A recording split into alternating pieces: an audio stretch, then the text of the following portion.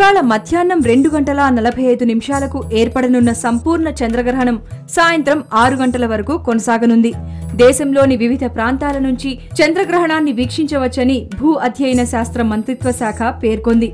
Asia, Australia, America ప్రాంతాల్లో ఇది కనిపిస్తుందన్నారు. గ్రహణాన్ని పాక్షికంగా చూసే అవకాశం దేశంలోని పశ్చిమ ప్రాంతం మినహా ఇతర ప్రాంతాల వారు పూర్తిగా చూడొచ్చని భూ అధ్యయన శాఖ మంత్రిత్వ శాఖ తెలిపింది.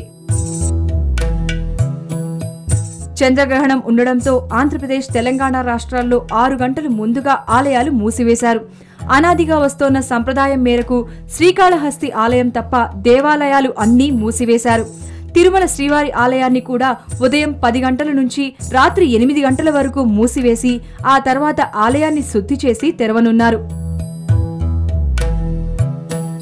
సంపూర్ణ చంద్రగ్రహణం వల్ల ఆలయాలు మూసివేయడంతో భక్తులు ప్రయాణాన్ని రద్దు చేసుకోవాలని ఆలయ పూజారులు సూచిస్తున్నారు.